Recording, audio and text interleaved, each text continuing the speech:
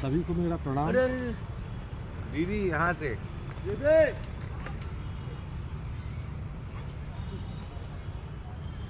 मेरा नाम अजय गुप्ता है। मैं सीनियर इंश्योरेंस कंसल्टेंट हूँ और पिछले 10 वर्षों से कार्य कर रहा हूँ। पिछले 30 वर्षों से जो कदम संस्था कार्य कर रही है, बहुत ही सराहनीय कार्य कर रही है और मैं इसको बहुत अप्रिशिएट करना चाहता हूँ, लेकिन समय के पंक्चुअलिटी की वजह से मैं नहीं शामिल हो पाता हूँ। मैं अभी नर्मदा जी जा रहा था तो मेरे दिमाग में एक थॉट आया जो मैं शेयर करना चाहता हूँ आप लोगों से। अपना शरीर जैसे 5 तत्वों से मिलकर बना है, सभी लोग जानते हैं, सभी लोग विद्वान हैं। मैं आप लोगों के सामने तो बहुत छोटा हूँ, फिर भी मैं अपनी बात रखना चाहता हूँ। जैसे कहते क्षिति जल पावक गगन समीरा पंच तत्व यह रचित शरीरा। अपना शरीर 5 तत्वों से मिलकर बना हुआ है। इसी प्रकार से मेरे दिमाग में ये आया कि पेड़ जो है ये त्याग की भावना लेके यही 5 तत्वों का उपयोग करता है और अपने आप को आखिरी में अग्नि में मतलब आखिरी तत्व पर वो समर्पित कर देता है। तो जैसे क्षिति जल पावक गगन समीरा, वैसे तो पंच तत्व का मतलब ये होता है कि जो अपना शरीर 5 तत्वों से बना है, यदि 5 तत्वों में कुछ विषमता आती है या रेशियो परसेंटेज कम ज़्यादा होता है तो अपने शरीर में बीमारियां पैदा हो जाती हैं। जैसे अग्नि तत्व बढ़ा तो बीपी हाई हो गया।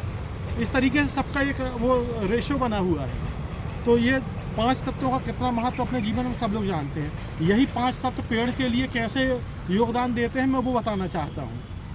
क्षिति जल पावक गगन समीरा पंच तत्व है रचित शरीर। क्षिति मतलब पृथ्वी। सबसे पहले आपने गड्ढा खोदा, गड्ढा मतलब पृथ्वी का आपने सहारा लिया पेड़ के लगाने के लिए। जल, अब वो पृथ्वी से पानी खींचेगा। जैसे अपने यहाँ तो अपन पानी डाल रहे हैं, लेकिन जनरली जंगलों में तो पानी कोई डालने नहीं जाता है, तो पानी कौन लेता? पेड़ ले रहा है। तो दूसरे तत्व का उपयोग कर लिया पृथ्वी, क्षिति जल, है ना, क्षिति जल पावक गगन समीरा। अब तीसरा आता है मान लो हवा, पावन गगन समीरा, समीर मतलब हवा। अब पानी को हवा भी चाहिए। गगन मतलब खुला अगर आकाश नहीं होगा तो धूप की रोशनी नहीं आएगी, तो उसका वृद्धि नहीं होगी। तो तीसरा तत्व तो उसने हवा भी ले ली क्योंकि उसको ऑक्सीजन और देता भी है। और चौथा तत्व हो गया उसको गगन, खुले आकाश से उसको सूरज की रोशनी मिल रही है जिससे वो बढ़ रहा है। और 5वां तत्व होता है अग्नि, जो बाद में जैसे लकड़ी का ज़्यादातर जैसे बहुत सारी चीज़ों में उपयोग करके वो अपना अस्तित्व समाप्त कर देता है।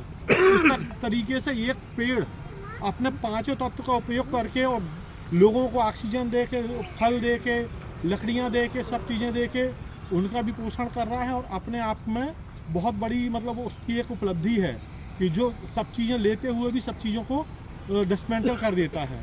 तो ये थॉट मेरे को ग्वारीघाट जाते जाते आया। मैंने कहा चलो आज शेयर कर दूं, शायद लोगों को, शायद इसके पहले ये चीज़ किसी ने समझी या ना सोची हो कि एक पेड़ का कितना बड़ा योगदान है, कि केवल पर्यावरण में नहीं 5 तत्वों से भी मिल के लिए भी कितना बड़ा योगदान है।